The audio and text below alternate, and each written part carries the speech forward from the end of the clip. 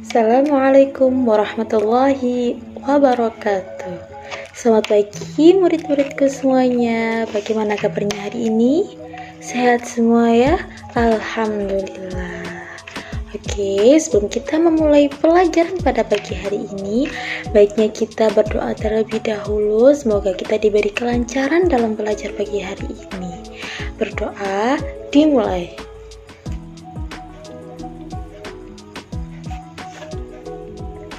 Doa selesai. Oke, sebelumnya Ibu mau mengabsen satu persatu dulu biar tahu semuanya masuk apa enggak ya. Yang pertama, Anastasia. Oke, masuk. Brian. Masuk. Cynthia. Cynthia masuk ya. Terus Damian. Damian kemana? Oh, sakit. Semoga cepat sembuh ya. Laila. Laila masuk. Oke, masuk ya. Cuma Damian aja yang gak masuk. Ada yang tahu hari ini kita mau belajar tentang apa? Iya, betul. Kita belajar tentang pencemaran lingkungan. Pencemaran sendiri berarti masuknya makhluk asing yang bersifat merusak dalam suatu lingkungan. Nah, makhluk asing ini bisa berupa benda mati ataupun benda hidup. Sedangkan lingkungan sendiri adalah sesuatu yang ada di sekitar kita, seperti itu. Jadi, pencemaran lingkungan bisa diartikan dengan segala sesuatu termasuk bahan-bahan fisika dan kimia yang dapat mengganggu ekosistem. Pencemaran lingkungan sendiri merupakan salah satu faktor yang menyebabkan penurunannya kualitas lingkungan. Oke, selanjutnya zat yang dapat mencemari lingkungan dan dapat merusak keberlangsungan hidup disebut polutan. Polutan sendiri dapat berupa zat kimia, debu, suara, radiasi, dan juga panas. Ayo Anastasia, ada berapa macam pencemaran lingkungan? Ya, betul, ada 3. Apa saja? Ya, pencemaran air. Yang kedua apa? Pencemaran udara, betul. Yang ketiga, pencemaran tanah. Betul sekali. Oke, sekarang Ibu akan menjelaskan satu persatu macam-macam pencemaran tersebut, mulai dari pencemaran air terlebih dahulu. Ayo, disimak baik-baik. Nggak boleh keluyuran seperti itu. Ayo, kembalikan tempat duduknya. Ya, ayo, duduk yang anteng. Tangannya ditaruh di atas meja. Iya, bentar. Oke, pencemaran air. Pencemaran air adalah maksudnya makhluk hidup, zat energi atau komponen lain ke dalam air yang menyebabkan air tersebut tidak berfungsi sesuai peruntukannya. Pencemaran air merupakan kondisi air dalam keadaan normal. Ada yang tahu ciri-ciri air yang sudah tercemar? Ya, warna, bau, dan rasanya berubah. pH-nya juga kurang dari 7 atau lebih dari 7. pH air itu 7, tidak boleh lebih dan tidak boleh kurang. Kalau lebih dan kurang berarti air sudah tercemar. Anak-anak, pencemaran air sendiri dapat terjadi pada sumber mata air, sumur, sungai, rawa-rawa, danau, dan juga laut. Penyebab pencemaran air sendiri ada 3 macam. Yang pertama berasal dari limbah industri, yang kedua dari limbah rumah tangga, dan yang ketiga dari limbah pertanian. Yang pertama dulu nih, limbah industri. Limbah industri itu mengandung zat yang sangat berbahaya. Kegiatan industri menghasilkan produk utama yaitu bahan jadi dan produk yang tidak terpakai yaitu limbah. Yang kita tahu, semua tempat industri itu menghasilkan air limbah. Nah, sisa akhir dari industri tersebut biasanya oleh para pengusaha tidak diolah terlebih dahulu, tetapi harusnya diolah dulu melalui IPAL atau instalasi pengendalian air limbah atau pengelolaan air limbah. Tapi biasanya pengelolaan tersebut hanya dimiliki sebagian dari perusahaan saja. Tidak semua perusahaan memiliki IPAL tersebut. Jadinya limbah dari pabrik tersebut langsung mengalir ke laut atau sungai, seperti itu. Contoh dari pencemaran limbah ini terjadi di Raksa, di Teluk Minamata di Jepang. Para nelayan dan penduduk di sekitar sana itu memakan ikan yang sudah tercemar raksa tersebut sehingga mengalami kerusakan saraf yang dinamakan penyakit Minamata. Korban yang meninggal akibat penyakit Minamata lebih dari 80.000 orang. Jadi bahaya sekali ya murid-murid. Oke, selanjutnya ada limbah rumah tangga. Limbah rumah tangga sendiri berasal dari kegiatan perumahan, pasar, perkantoran, penginapan, puing-puing bahan bangunan, besi tua bekas mesin atau kendaraan. Limbah rumah tangga bisa berupa bahan organik, anorganik, dan bahan berbahaya dan beracun atau Selanjutnya ada air pertanian. Air pertanian sendiri tidak menimbulkan dampak negatif bagi lingkungan. Tetapi harus diingat ya, penggunaan pestisida secara berlebihan menimbulkan kerusakan ekosistem perairan. Limbah bahan berbahaya dan beracun timbul akibat adanya kegiatan pertanian tersebut. Biasanya seorang petani anak-anak kalau mau membasmi hama, mereka akan menggunakan obat-obatan yang pastinya mengandung bahan-bahan kimia seperti insektisida atau pupuk yang berlebihan. Pupuk yang berlebihan dapat menyebabkan suburnya ekosistem perairan sehingga terjadi blooming, algae atau tumbuh suburnya ganggang di permukaan air. Ganggang di permukaan air ini nantinya akan menutupi seluruh permukaan sehingga mengurangi sinar matahari yang masuk ke dalam perairan tersebut. Apa akibatnya? Iya, proses fotosintesis oleh fitoplankton bakal terganggu dan kadar oksigen yang larut dalam air akan menurun, merugikan organisme di dalamnya. Seperti itu. Pencemaran air itu menimbulkan dampak yang merugikan bagi lingkungan atau enggak sih anak-anak? Iya, sangat merugikan bagi lingkungan sekitar. Sekarang kita akan beralih ke dampak pencemaran air. Pencemaran air itu sangat merugikan bagi lingkungan. Di antaranya, penurunan kualitas lingkungan. Nah, apabila air tercemar, maka kandungan oksigen di dalamnya akan berkurang, mengganggu ekosistem di dalamnya. Apabila ekosistem perairan terganggu, maka akan menyebabkan kualitas lingkungan menurun. Yang kedua, gangguan kesehatan. Air limbah yang tidak dikelola terlebih dahulu sebelum dibuang, contohnya seperti limbah industri dan juga limbah rumah tangga tadi, kemungkinan akan mengandung kuman, bakteri, virus yang menyebabkan penyakit. Bagaimana cara menanggulangi pencemaran air? Yang pertama yakni pengolahan air limbah dengan cara pembuatan kolam stabilisasi, instalasi pengolahan air limbah atau IPAL, dan pengelolaan etc. Pembuatan kolam stabilisasi ini, air limbah diolah secara alami terlebih dahulu untuk menetralisasi polutan sebelum air limbah tersebut dibuang ke sungai. Kolam stabilisasi yang digunakan yaitu kolam anaerobik, kolam fakultatif, atau pengolahan air limbah yang tercemar bahan organik pekat, dan kolam maturasi.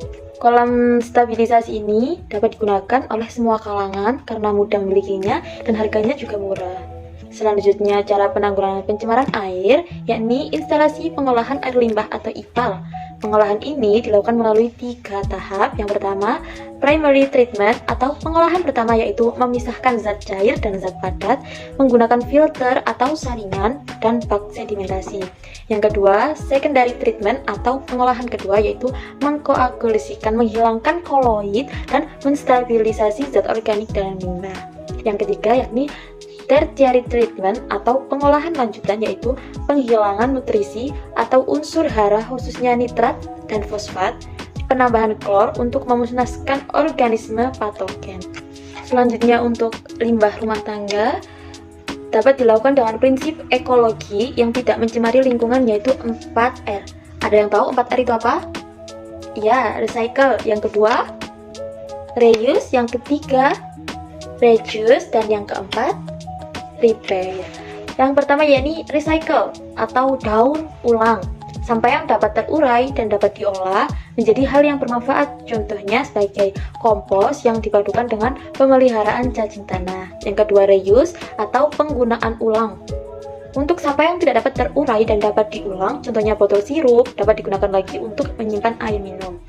Yang ketiga ada reduce atau pengurangan, melakukan pengurangan bahan atau penghematan. Contohnya jika akan berbelanja ke pasar atau supermarket, sebaiknya bawa tas dari rumah untuk mengurangi sampah plastik. Seperti yang sekarang di Indomaret itu sudah tidak ada lagi kantong plastik. Sekarang menggunakan kantong-kantong kain. Biasanya ibu-ibu itu bawa dari rumah atau kalau nggak gitu beli di Indomaretnya sendiri sudah tersedia yang ada tulisannya Indomaret itu loh, anak-anak. Ya itu. Dan yang terakhir ada repair, pemeliharaan, menjaga lingkungan dengan tidak membuang sampah sembarangan, terutama di perairan. Saran yang kedua yakni pencemaran udara, di mana kondisi udara mengandung senyawa-senyawa kimia atau substansi fisik atau biologi yang berdampak buruk bagi kesehatan manusia, hewan, tumbuhan, dan merusak keindahan alam kenyamanan, dan juga properti. Udara sendiri mengandung oksigen yang penting untuk kehidupan organisme di atmosfer bumi. Terkandung sekitar 20% oksigen yang dibutuhkan semua organisme. Oksigen sendiri berperan dalam pembakaran karbohidrat melalui pernafasan. Pencemaran udara sendiri ada dua, apa? Ya, primer dan sekunder. Yang primer disebabkan langsung dari sumber pencemar, contohnya peningkatan CO2 yang disebabkan oleh aktivitas pembakaran manusia. Seperti apa? Ya, pembakaran sampah. Yang kedua, sekunder disebabkan oleh reaksi antara substansi pencemar udara primer yang terjadi di atmosfer. Contohnya, pembentukan ozon yang terjadi dari reaksi kimia partikel yang mengandung oksigen. Sekarang, faktor penyebab terjadinya pencemaran udara. Apa? Ada berapa macam, anak-anak? Ya, ada dua macam, dari aktivitas alam dan aktivitas manusia. Betul sekali. Aktivitas alam seperti bencana alam, contohnya gunung meletus. Betul, gunung meletus ini menimbulkan abu vulkanik yang mencemari udara sekitar dan merugikan organisme. Dan kebakaran hutan yang menghasilkan karbon dioksida dalam jumlah banyak. Yang kedua, aktivitas manusia seperti apa? Pembakaran sampah, terus asap-asap industri, apalagi ya, knalpot, asap kendaraan, asap rokok, senyawa kimia buangan seperti CFC, dan lain sebagainya. Pencemaran udara sendiri berdampak pada kesehatan tumbuhan, efek rumah kaca, dan rusaknya lapisan ozon. Kalau dari kesehatan, dampaknya apa? Dampaknya, pencemaran udara menurunkan kualitas udara sehingga menimbulkan banyak penyakit seperti infeksi saluran pernafasan, yaitu emfisema. Ada lagi gejala kesulitan pengangkutan oksigen karena CO2 di udara lebih banyak dari O2. Betul, pintar sekali. Sehingga tubuh akan kekurangan oksigen dan menjadi sesak nafas, pusing, berlanjut pada kematian. Seperti itu. Kalau bagi tumbuhan, dampaknya abu vulkanik dan hujan asam mengandung sulfur yang tidak bagus untuk tumbuhan karena bisa menyebabkan kematian pada tumbuhan tersebut. Efek rumah kaca, peningkatan suhu bumi diakibatkan meningkatnya CO2 dan CO di atmosfer membentuk lapisan yang menghalangi panas bumi keluar, sehingga panas bumi tetap berada di dalam bumi. Pencemaran yang terakhir yakni pencemaran tanah. Oke, pencemaran tanah sendiri berarti keadaan bahan kimia buatan manusia masuk dan mengubah lingkungan alam tanah. Pencemaran tanah terjadi karena kebocoran limbah atau bahan industri, penggunaan pestisida, kecelakaan kendaraan pengangkut minyak, zat kimia atau limbah, air limbah dari penimbunan sampah, dan limbah industri. Faktor penyebab pencemaran tanah sendiri ada 3, yaitu apa saja? Limbah domestik, yang kedua limbah industri lagi, dan yang ketiga limbah pertanian. Betul sekali. Ada yang tahu limbah domestik itu berasal dari mana? Ya, dari pedagang, terus tempat usaha, terus hotel, kantor-kantor, tempat wisata ya. Limbah domestik ini bisa berupa limbah padat dan juga limbah cair. Limbah cair bisa berupa tinja atau feses, deterjen, oli, dan juga cat. Apabila meresap ke tanah, dapat merusak kandungan air tanah dan membunuh mikroorganisme tanah. Limbah padat sendiri bisa berupa senyawa anorganik yang tidak dapat diuraikan mikroorganisme seperti plastik, terus serat, apalagi keramik, betul, lagi kaleng. Oke, limbah padat sendiri akan tetap utuh hingga 300 tahun. Wow.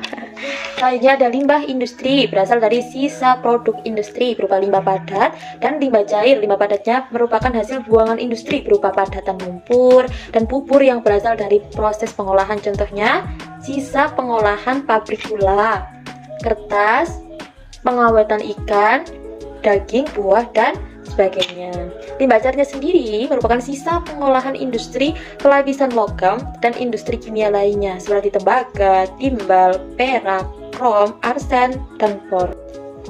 Limbah pertanian, akibat kurangnya pengetahuan para petani, terkadang mereka menggunakan pupuk sintetik melebihi ketentuan dan tidak tepat caranya. Akibatnya, limbah pertanian berupa sisa pupuk sintetik untuk menyuburkan tanah, membuat tanah tercemar. Contohnya, pupuk urea dan pestisida untuk pemberantas hama tanaman. Penggunaan pupuk yang terus-menerus akan merusak struktur tanah. Akibatnya, kesuburan tanah berkurang dan tidak dapat ditanami jenis tanaman tertentu. Karena hara tanah semakin berkurang, penggunaan juga mematikan mikroorganisme yang berguna di dalam tanah tersebut. Padahal kesuburan tanah tergantung pada jumlah organisme di dalamnya. Apa saja dampak pencemaran tanah, anak-anak? Ya, contohnya kromium dan herbisida merupakan bahan karsinogen untuk semua organisme. Timbal berbahaya bagi anak-anak, menyebabkan kerusakan otak dan kerusakan ginjal pada seluruh organisme. Iya, dengan melakukan remediasi dan bioremediasi. Remediasi sendiri dengan melakukan kegiatan membersihkan permukaan tanah yang tercemar. Dengan menggali tanah yang tercemar itu, kemudian dibawa ke daerah aman dan dibersihkan dari pencemar. Caranya gimana? Disimpan di bak atau tangki yang kedap kemudian diolah dengan ipal. Nah, anak-anak, itu tadi sudah dijelaskan 3 macam pencemaran dalam lingkungan. Apa saja tadi? Pencemaran air, yang kedua, pencemaran udara, yang ketiga, pencemaran tanah. Pencemaran air tadi disebabkan oleh apa saja? Limbah industri, yang kedua, limbah rumah tangga, yang ketiga, limbah pertanian. Kalau pencemaran udara tadi terjadi akibat aktivitas alam dan aktivitas manusia. Aktivitas alam seperti gunung meletus, aktivitas manusia seperti pembakaran sampah. Oke. Yang terakhir, pencemaran tanah tadi terjadi akibat ada 3 tadi, apa yo? Iya, berasal dari limbah domestik, limbah industri, dan limbah pertanian. Pintar semuanya, berarti sudah mendengarkan dengan baik. Oke, karena ibu merasa kalian sudah paham semuanya, sekarang tugasnya adalah buatlah clipping mengenai pencemaran lingkungan, buat semenarik mungkin dan kumpulkan minggu depan ya. Ya boleh. Jangan lupa teman-temannya yang tidak masuk dikasih tahu. Ya, yang sakit tadi. Oke, sudah paham ya anak-anak? Oke. Mungkin sudah cukup pertemuan kita pada hari ini. Semoga ilmu yang ibu sampaikan tadi bisa dimengerti dengan baik, bermanfaat untuk kalian semua. Terima kasih sudah hadir pada hari ini di kelas ibu. Cukup sekian. Ihdinas siratal mustaqim. Wassalamualaikum warahmatullahi wabarakatuh.